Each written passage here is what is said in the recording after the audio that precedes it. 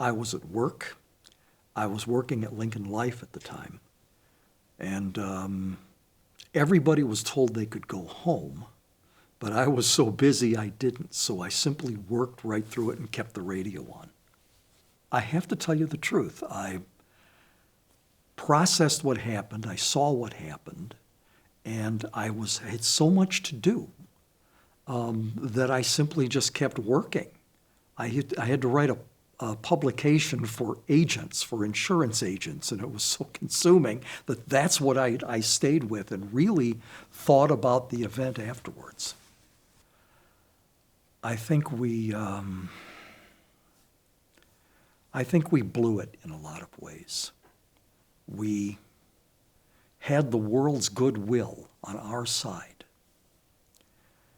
And everybody was talking about how everybody is a New Yorker. People around the world were saying, on this day, everyone is a New Yorker. And instead of simply taking it as a police action or accepting that this was a criminal act and we should go after that particular group, Al-Qaeda is the one that did it. We invade a country and steamroll it, Afghanistan. There was no reason to occupy that nation, especially for 20 years. There was no reason to invade Iraq.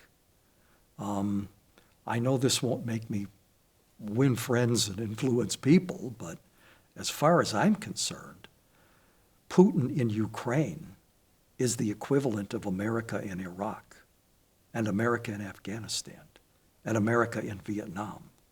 I truly believe that. I say that here, but I don't say it to most people because it's not the kind of thing people want to hear. I can tell you, I can share with you that when the World Trade Center was originally bombed, I think sometime in the 90s, if I'm remembering correctly, there was a car bomb that went off. I was on the phone with a reporter from the Financial Times. I think that's what, Investment News Daily or Financial Times, one or the other, that was headquartered in the World Trade Center.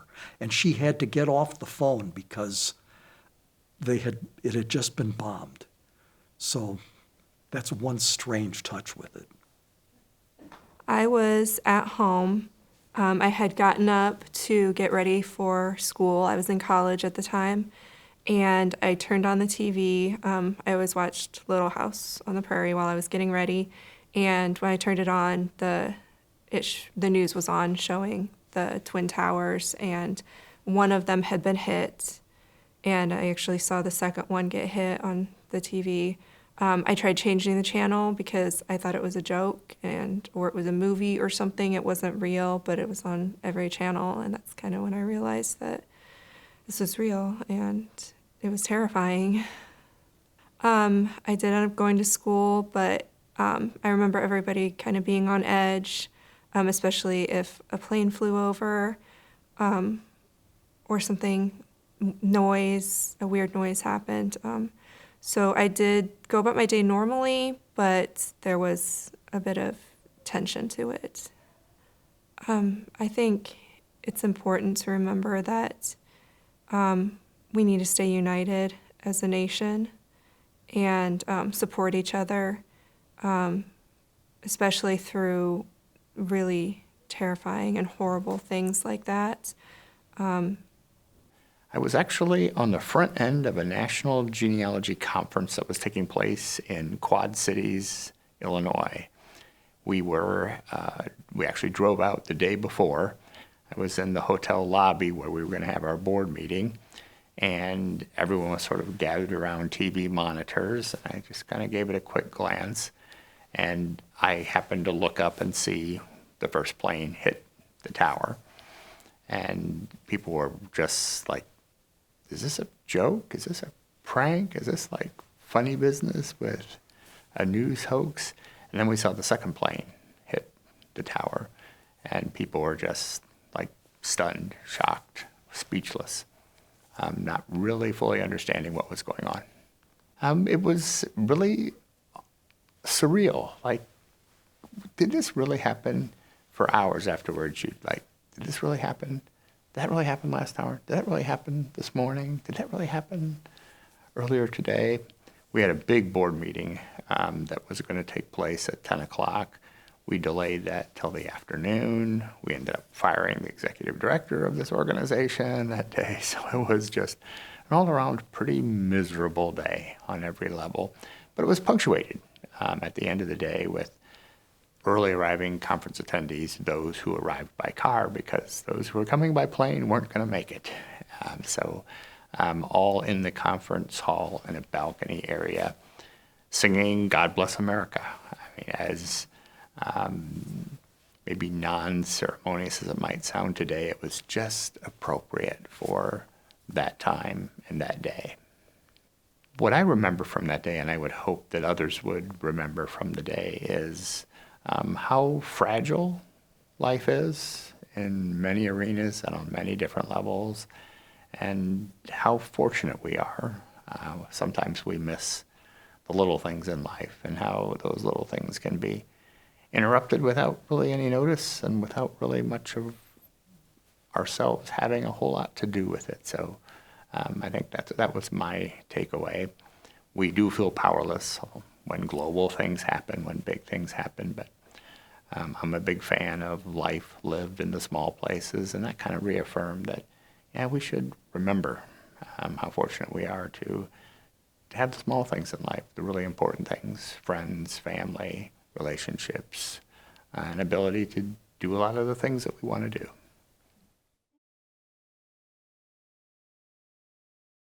I was at IPFW, it's now PFW, Indiana University, Purdue University, Fort Wayne.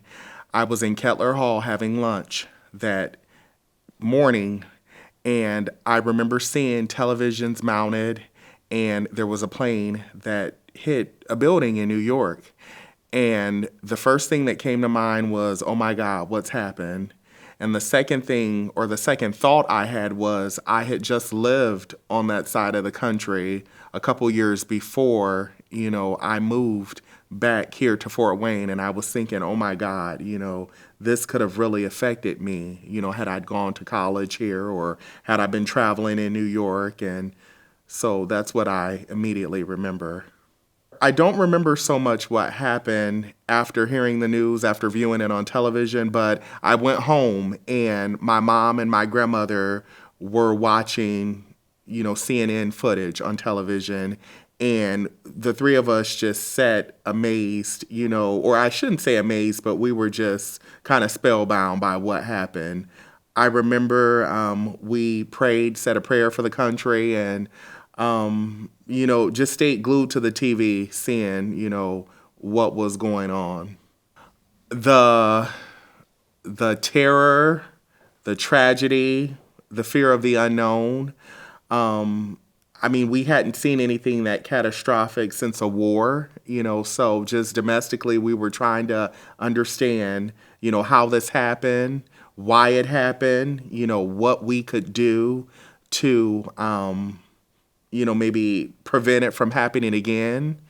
And, I remember just after that, I actually was at, the mall, and I remember picking up a CD because I love music. Music has always gotten me through tough times. And matter of fact, this lady that I'm wearing on this t-shirt, she's a gospel icon. Her name is Tremaine Hawkins. And there was a CD that her company, Columbia, marketed, and it said, "God Bless America." And her rendition of Amazing Grace was on that CD. And I just remember, thanking God for his amazing grace and not knowing in the days ahead what would come out of, all this that happened with 9/11, but just knowing that his amazing grace would carry us through. So we were in the classroom, just kind of hanging out. It was actually a homeroom class, so we wasn't really doing anything to begin with. And then, the teacher got an email or a message or something, and he had a TV in the room, so he turned that on to the news, and we just kind of sat there and watched the news for a minute until the principal had sent an all-staff email going, "Don't let the kids see this." It was, I guess, any other day, I guess the adults are kind of keeping us out of it for the most part because they didn't know what was going on either. But the school ended up closing for the day, and so they were just kind of scrounging all of us kids up and getting us home kind of thing. And we just were like, okay, cool, snow day in September, and we're going to go play and, hang out and whatnot. For the most part, we're just like, hey, we're going to go, hang out outside and, play with the neighbor kids and stuff. I think it was maybe towards dinner or after dinner because my parents still had the news and stuff on. That's when we were kind of finding out more of what was going on. I think it's good to have a plan. We were not prepared for what happened in the large scale all the way to the small scale. And so having a plan is a good thing to keep the chaos in order. And then this way, things aren't so chaotic and things can get done in a more efficient way. I was down the street at Indiana Tech. I was finishing up college that year because I graduated the following year, which had been 2002. So I was actually playing basketball with some teammates, some roommates, actually. Well, I tell you what, we were kind of bummed out because we didn't really knew the gist of it, but we knew a bunch of people because at Indiana Tech, I seen a lot of different people that were from a lot of different areas. And so I guess some of the roommates of mine had family that lived in that town. So we were kind of like bummed out until we could find out if was his family okay and things of that nature. So we were kind of just pretty much sad for the most part. Oh, they should just remember how, just remember how big of an emergency it was. Just don't take life for granted. Things can happen and just kind of remember, the pain of that day because, we didn't expect anything like that. So, you just kind of want to just make sure that you kind of take your life more than one day at a time and be grateful. I got a phone call in the morning and said, hey, turn on TV, something's really happening.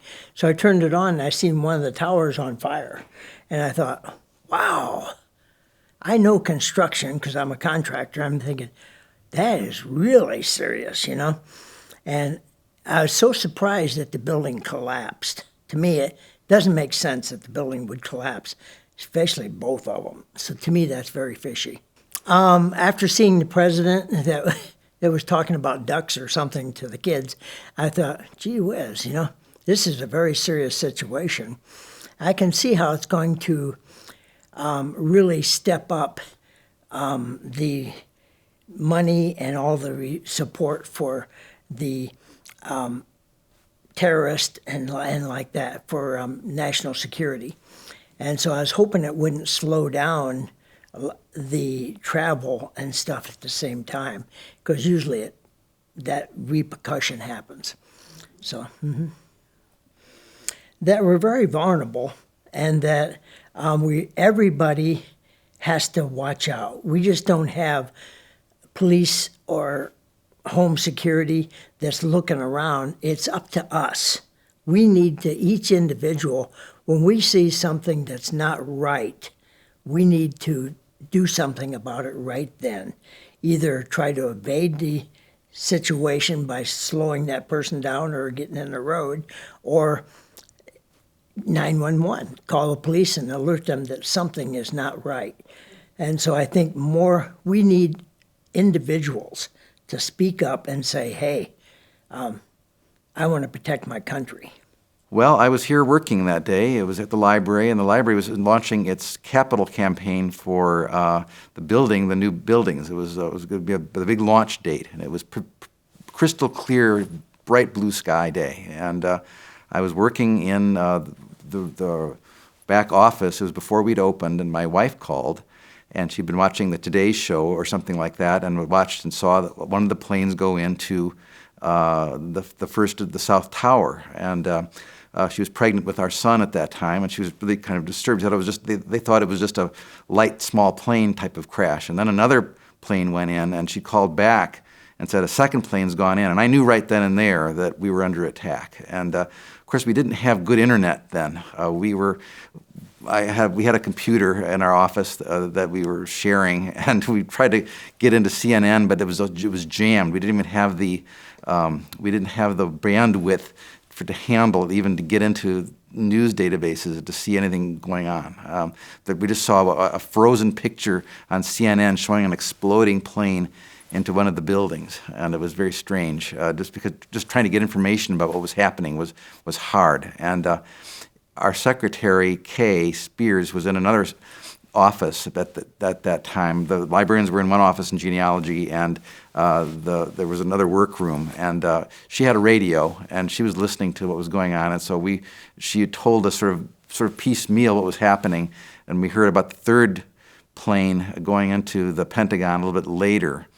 And so then I knew that it was a serious attack, and I thought that it was. I remember saying to my colleagues at the time, this is going to be a day we'll remember 9/11 like Pearl Harbor, because I thought I compared it to that. And I remember that down here, it was then Channel 10, there was a TV going, and I went down to that. And of course, Jeff Krull, our director, canceled the campaign that day because obviously so much was going on. I remember being down in that office, and he was there, and we were watching some of this unfold.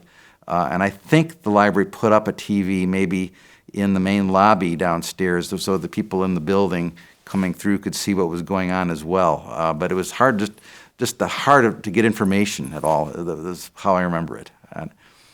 Well, it was pretty numbing. I mean, it was really hard to do reference after all this was happening. And what struck me was how many people were in genealogy, blithely going on, doing their genealogy, and asking questions. And whether they knew or not what was going on, I don't know. They must have, but it struck me as if I were going someplace to do research, I would have stopped because it would have been such a numbing experience. But for some folks, it was like just another day. Got to do my research. Got to find my great grandfather. And it was kind of struck me as strange.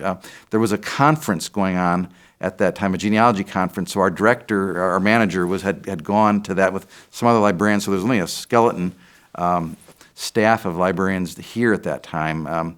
So we were all trying to just get on the desk, and I remember going to my church at noon. We had a prayer service that day, sort of open prayer service. We were praying Episcopal church prayers about the disaster, and so I went to that, and we had our doors open, and all the downtown churches had their doors open, so people could just come in, and there were prayer services going on all over at First Pres, at Trinity English, and of course my church, and it was just sort of an interesting event because it was so crystal clear and sunny, and all these churches were open in a state of sadness. It was just kind of a strange juxtaposition. Well, what I remember is that it was sort of the loss of innocence. It was the moment that America changed and became much more focused on terrorism and fighting terrorism. We shifted our focus away from domestic concerns to our foreign policy and to winning a war. And it brought, I think, a great deal of unity to the country. Remember the year before, we'd had a very divided election where George W. Bush and Al Gore had come head-to-head, and then there was a very close contest in Florida, counting ballots and giving George Bush the victory. And the country had been very badly divided. But I remember afterwards that the country was strangely unified in a way that I'd never seen it before. And even the people who had been Gore supporters supported President Bush and supported the efforts to bring some resolution to this. We were all really afraid that there were more terrorist attacks would happen, and we thought about how they would detonate something in a city, or more planes would come. We didn't know what was going to happen next, and the fear of it was palpable and scary. But we somehow got through it. That's what I remember. I was at work. What I first heard was that what's the big tower in Chicago? Sears Tower. Somebody mistakenly told me that the Sears Tower was hit. And then when I went home, I found out that wasn't true. There's the Twin Towers in New York City. No, I was at work when I heard it from a coworker, and he told me that the Sears Tower in Chicago has been hit by something. That's what he told me. Now, I didn't know till I went home, actually in the afternoon. Nobody else said anything about it at work, because I work, I don't work with a lot of people, so that's what happened. Well, when I knew what happened, it was so unbelievably horrible and devastating. I couldn't believe that we couldn't intercept these planes. and they somehow hit those towers. I couldn't believe it. I couldn't believe it. How horrible it was. How many lives were lost. It was almost like it wasn't real. And I'm sure the people that were there felt like that also. I just couldn't wrap my arms around what happened. It was so.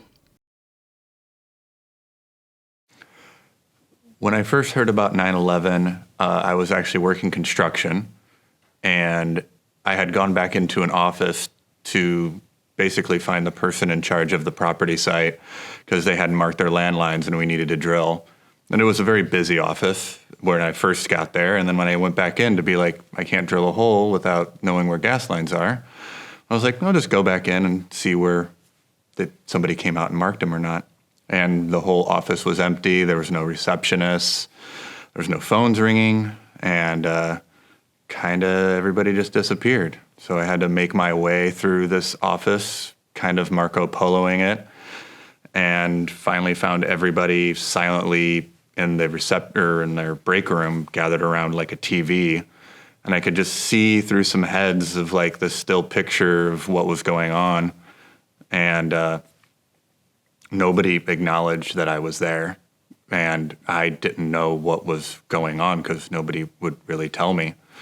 I could just kind of see what was being said on the news and hear it from the very back of this break room where everybody was huddled around this TV. And I would just slowly backed out and got on my work radio and asked what was going on because it was very bizarre. And they told me that what had happened.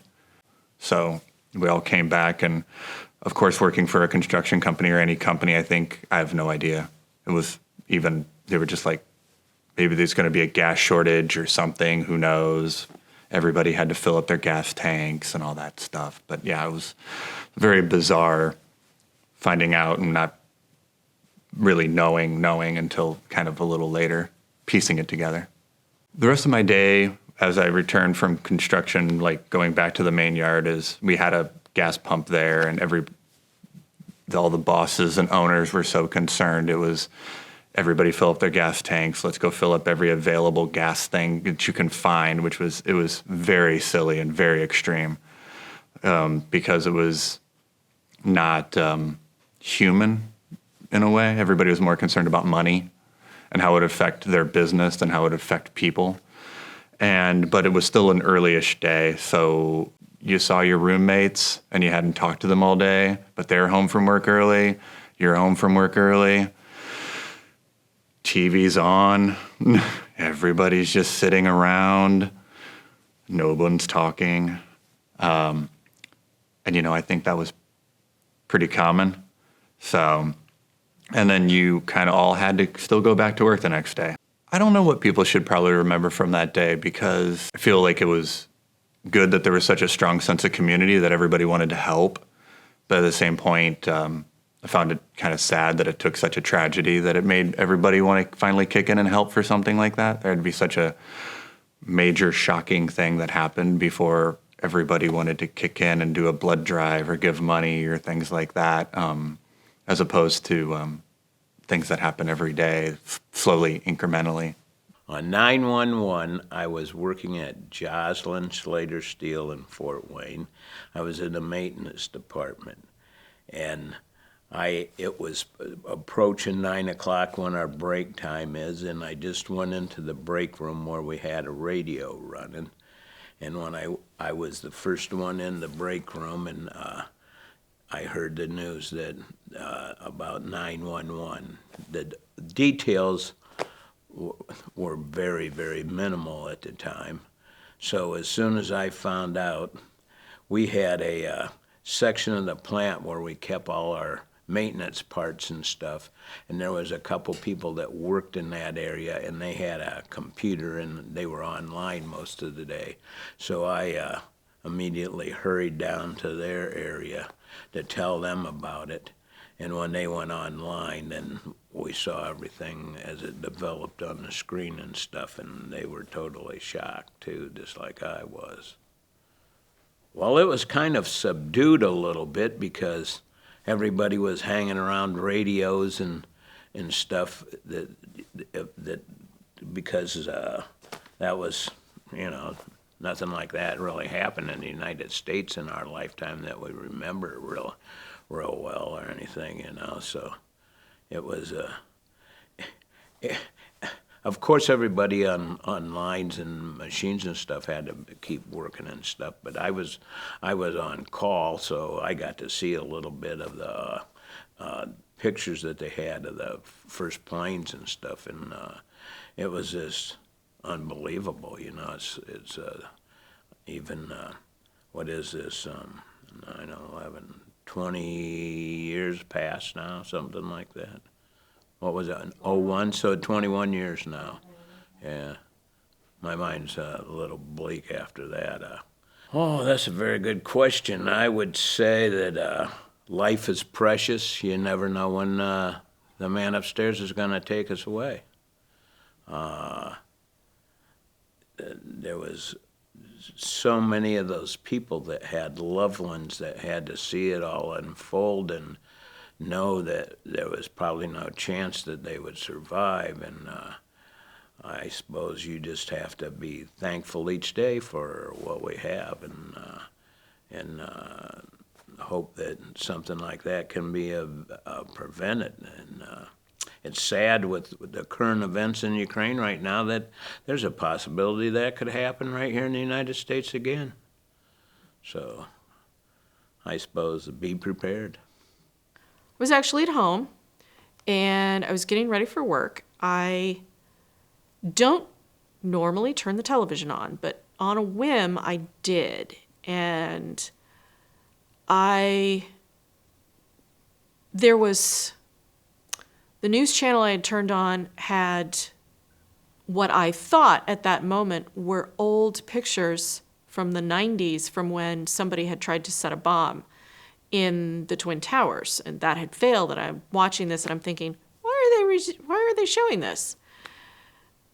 I was watching it when the second plane flew into the second tower, and I was like, ah!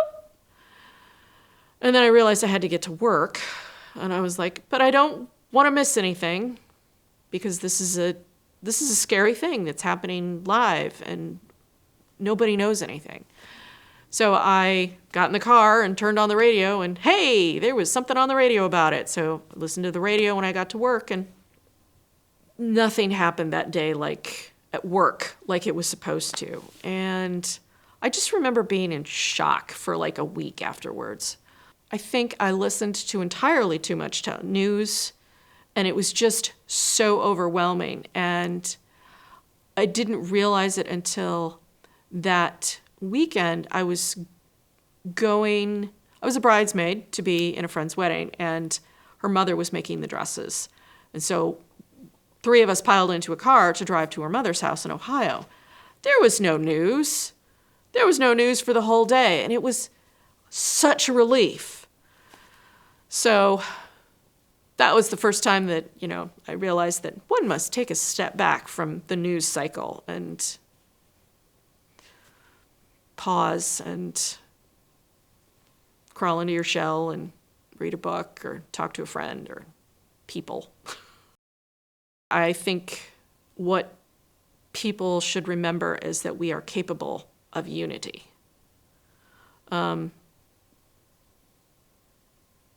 Because we're not anymore. We don't seem to be able to stretch across our ideological divides and talk to each other and come to solutions. We are all about my tribe, and these other tribes out there that aren't my tribes are evil and must be destroyed. And humans build communities, and we are capable of working together in a larger community to make stuff happen. And we just seem to have lost that. And so that's what I wish we could remember. It's kind of hard to remember. I was a kid. I was probably 9 years old when it happened.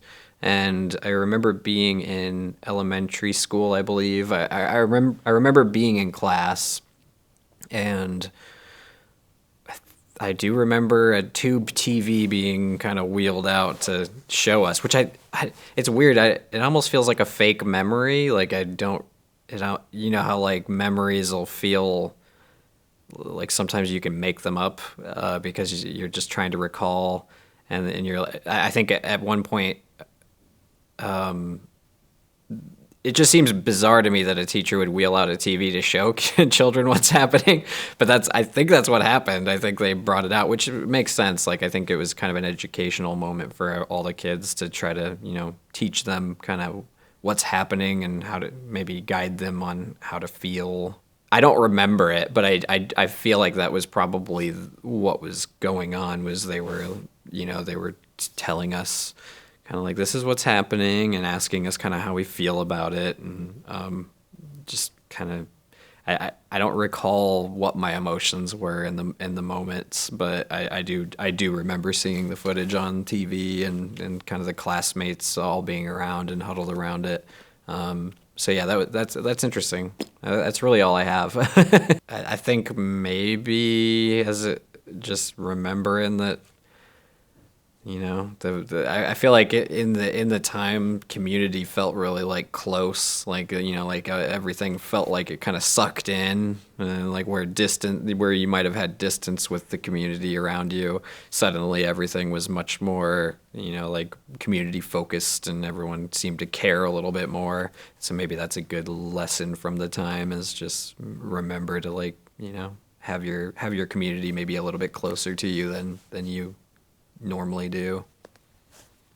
I was teaching second grade in Stafford, Virginia, which is about 45 miles south of Washington, D.C.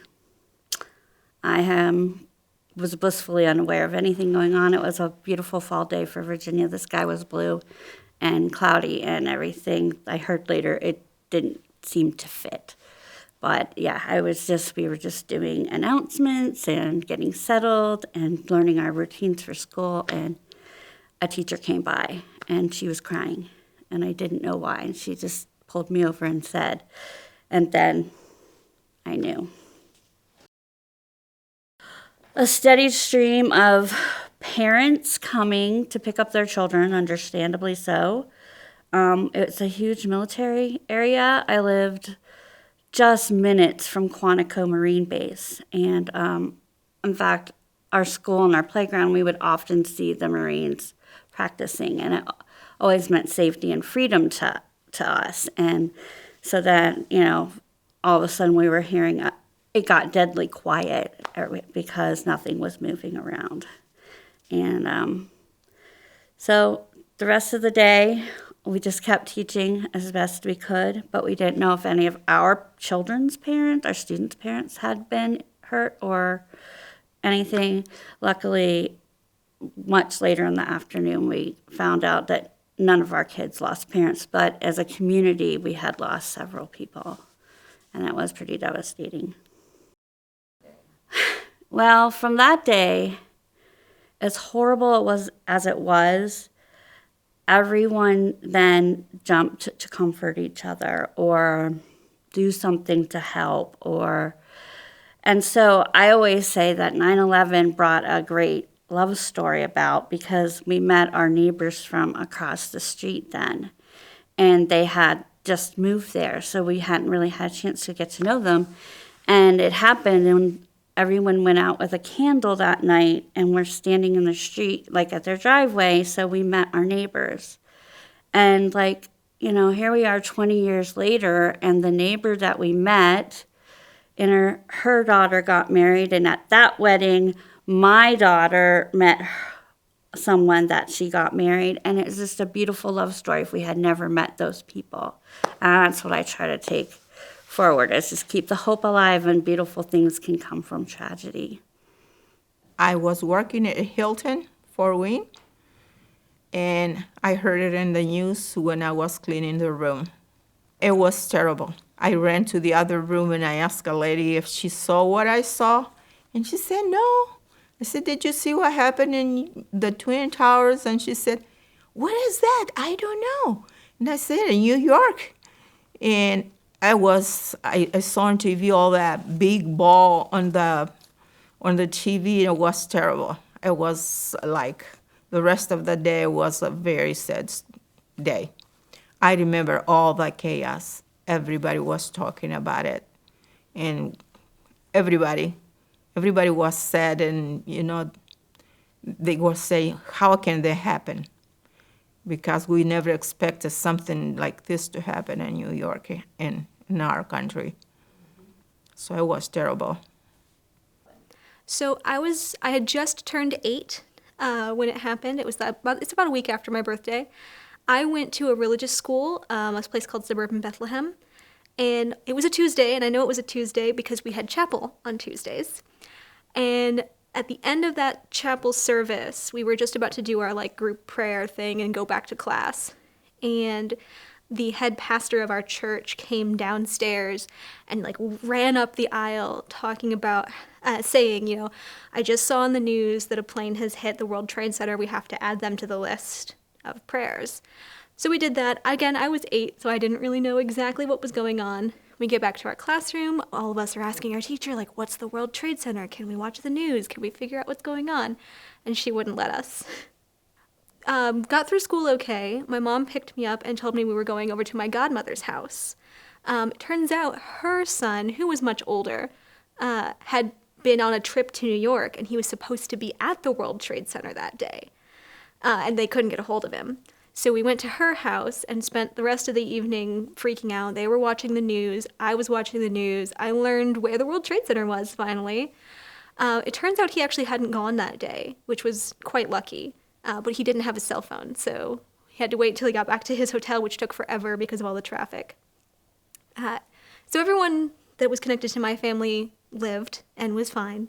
But it was really scary. I remember feeling like I couldn't do anything for my godmother, and I wanted to because she seemed really terrified. But I was a little kid, basically. I think probably the most important thing to remember is how reactionary everyone was that day and how useless it was. I learned afterwards about all kinds of things that people did to their neighbors and their friends who just happened to look like the people they saw on the news. And it turns out all of those people that they decided to try and retaliate against or hurt weren't involved. They didn't do anything. They're just people. And that makes me really sad. So I hope people remember that just because we feel attacked or hurt, or we were attacked and hurt, doesn't give us the right to hurt people just because they look the same or just because they're from a place. I was a student at Taylor University here in Fort Wayne.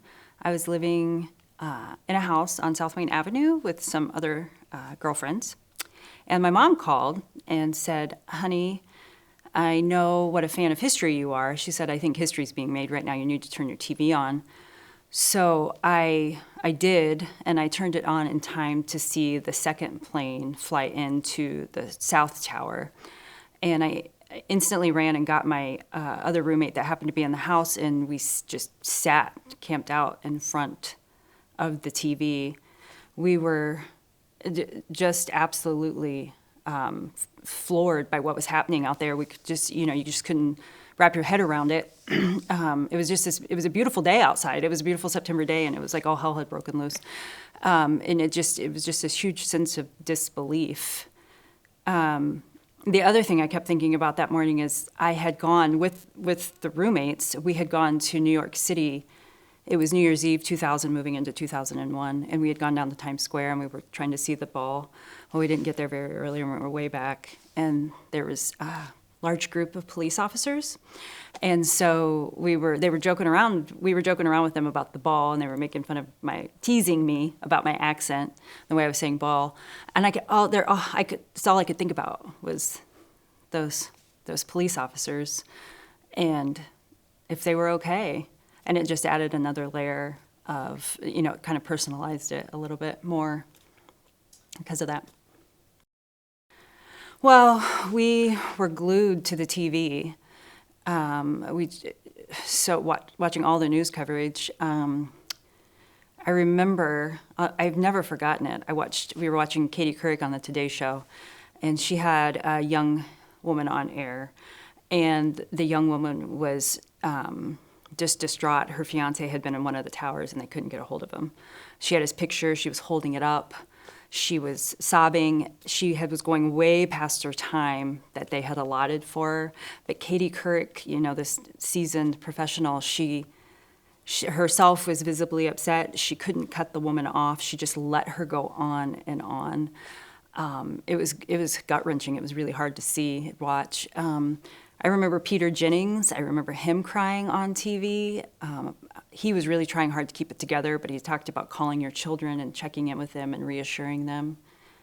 I remember a week later, I remember Dan Rather on the Dave Letterman show, and he broke down sobbing, and Dave reached over and comforted him.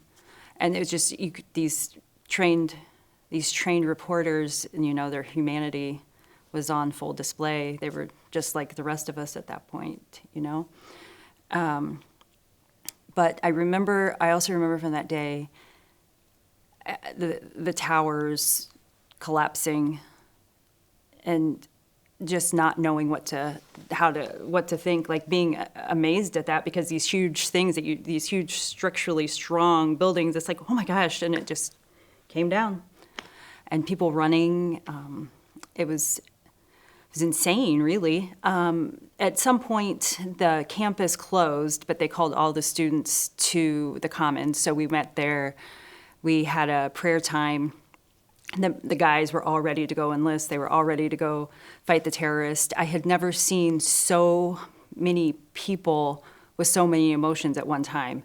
Like, we were all a mess. Nobody knew what to do, I worked out at Jefferson Point. They shut down for 2 days. They thought nobody knew what was going to happen. There was a lot of uncertainty. There was some story floating around. I don't even know how much truth there was to it, but Fort Wayne was some 15th on some list because of Magnavox, and they thought that there was some chance that we were going to be hit. So they shut a bunch of stuff down, but just so much uncertainty, so much sadness. There was such a sense of unification after it happened. There was nothing dividing us at that point. We all really came together, and it was heartening to see after such a tragedy. I remember that the United States flags, you couldn't find them anywhere. They were all sold out. Like, everybody was ready to stand up and be proud to be an American, and they wanted people to know that we might be down, but we weren't out. And after everything that had happened, it was pretty cool to see people come together like that. On 9/11, I was at work, and I worked for the 122nd Fighter Wing here in Fort Wayne, the Indiana Air National Guard unit. I worked in the contracting office for the Air National Guard unit, and so there was a civil engineer over talking to me about projects and whatnot, and it was pretty early in the morning, and his name was Captain Thomason, and so we finished up with what business we had, and he went back to his office, just a short walk back to his office, maybe 2 minutes later, and he calls me. He says, "Turn the TV on." And that's all he said. I didn't know anything, so when I was done doing what I was doing, I walked over to the break room, and there was no one in there. The TV was not on, and so I just turned the TV on and just started watching the events of the day and of what was going on. It was still pretty early, and I don't think that even the first tower had been hit then.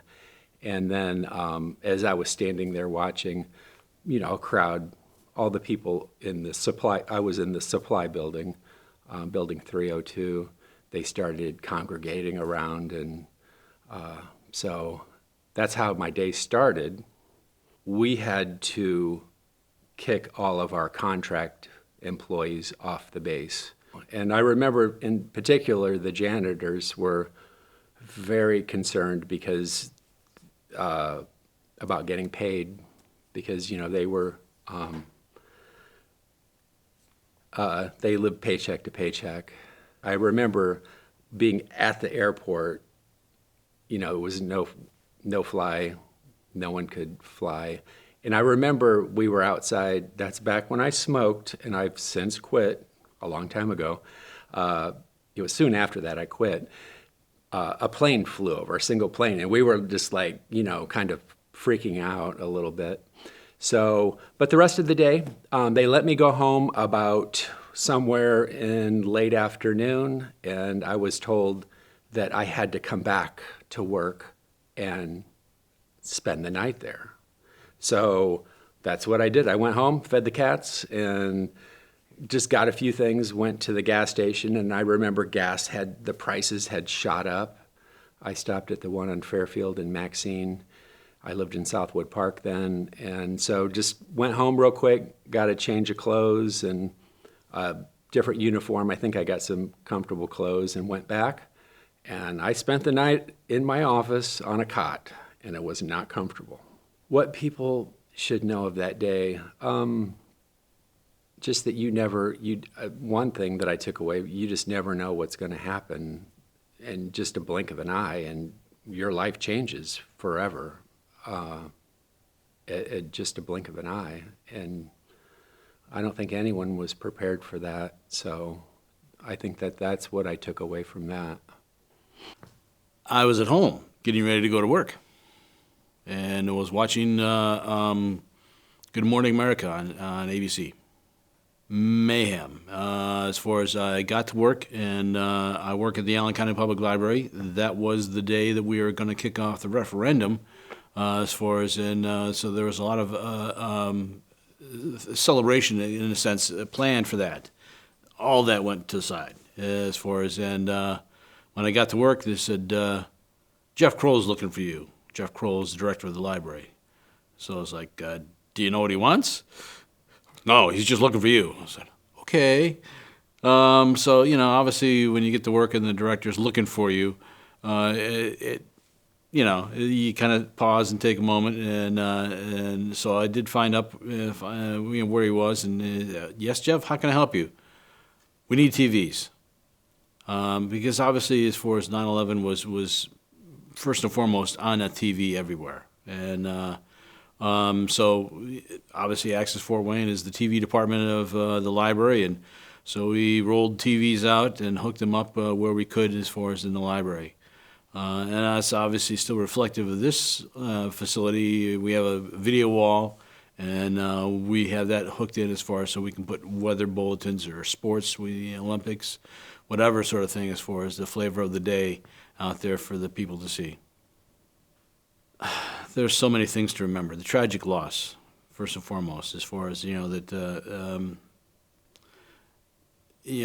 put it on the same level as Pearl Harbor Day, as, that as far as that here's an attack on the United States. That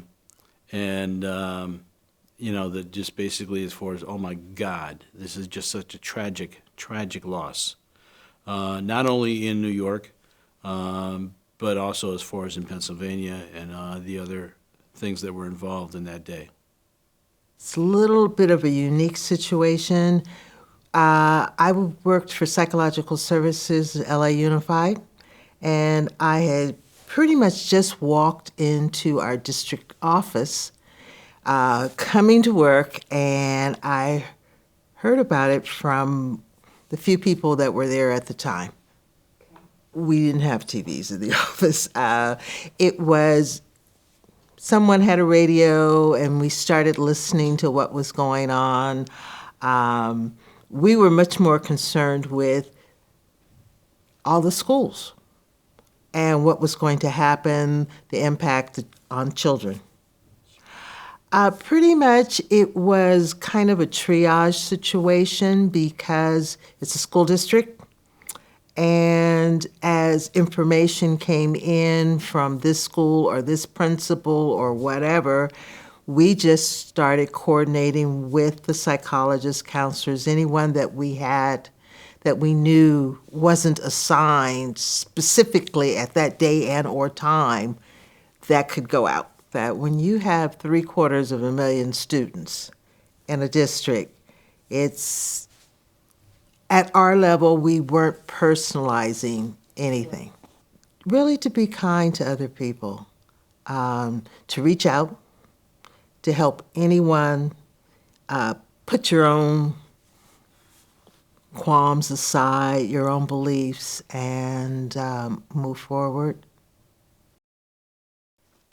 I was working at my job as an engineer in Lafayette, and someone just said, "Oh, there's some crazies ran a plane into the building," and I thought it was a small plane at the time. Little did I know, but this is kind of before smartphones and all that. But eventually, somebody did have a TV turned on. It was pretty surreal. I mean, we kept on working. I just remember driving home, just thinking, my life's never going to be the same. I mean, because at that time you just didn't know what could possibly happen next. You really didn't know. I mean, at least that was the feeling. If your time is up on Earth, you want to hopefully have a good relationship with the people you care about, because maybe they won't see you again, And so, kind of mend those bridges if you can, I suppose. Yeah. I was at home. My husband called me to say, "You need to look at the news." And I said, "I need to get to work." And so I can't really remember exactly how it all took place, but I heard about it on the radio on the way to work. In some ways it's very foggy. It was a very, very quiet day. I don't know how many people remember that was the day that we were doing the referendum, and so there was a big event planned to celebrate that. They still made the announcement, but the gentleman whose name I don't remember, who was part of the board, just was breaking down. The people who lost their lives. Well, I had arrived at my place of employment back then, and my area of work was right next to the kitchen and break room, and we always had television on in there. And I remember thinking a plane hit the World Trade Center, and I knowing a little bit about history, I recalled the story of a World War II plane hitting the Empire State Building during World War II. And I thought, well, this must be some kind of accident. It's terrible. I hope that it was a small plane. And I just remember as things developed in the morning and realizing how horrific the situation was, and that we were under attack and pretty much at war at that point. I was glued to this television in the break room, and I remember I really did not get much work done. Well, I think at that point, our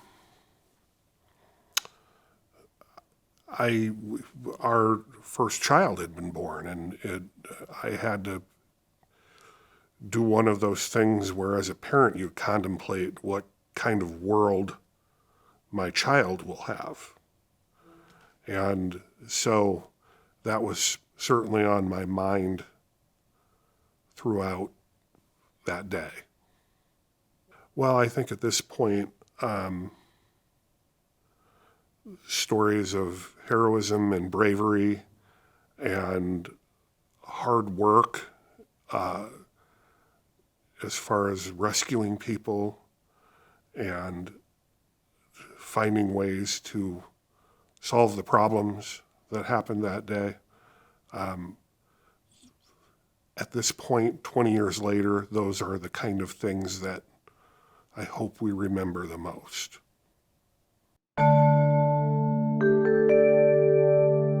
Production facilities provided by Access Fort Wayne. Learn more under the Explore tab at acpl.info.